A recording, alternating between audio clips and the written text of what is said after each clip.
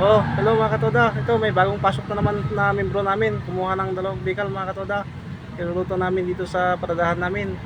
Dito pala sa overpass. Ito pala yung mga kasama ko mga katoda. Nagkikwentuhan dito sa may overpass. Yan. Si Kwan ng pila, si Kenny yan ang pila na ngayon. Yun yung iluluto namin mga katoda. Dito sa paradahan. Ito pala mga katoda yung bagong membro, si Lloyd. Bagong membro, ito bumili ng bikal, dalawa para pipiknikin namin dito sa paradahan namin mga katoda. Yan. Oh, ito yung mga kasama ko, si Banggawan yon. Nilalagyan na nga po yung kan. Ito nilalagay ko na pala yung kanyang sahog na papaya mga katoda para kan masarap yung sabaw. Kasi daridangan yung papaya mga katoda. Yan nilalagay ko na. Kainan na pala mga katoda, ito kakain na kami. Naluto na yung bikal na ulamin namin. Ito yung mga kasama ko. Kwan, kumakain na kami yun. Parating na yung mga iba, kakain na kami. Yan o, yung kumukuha sila ng sabaw.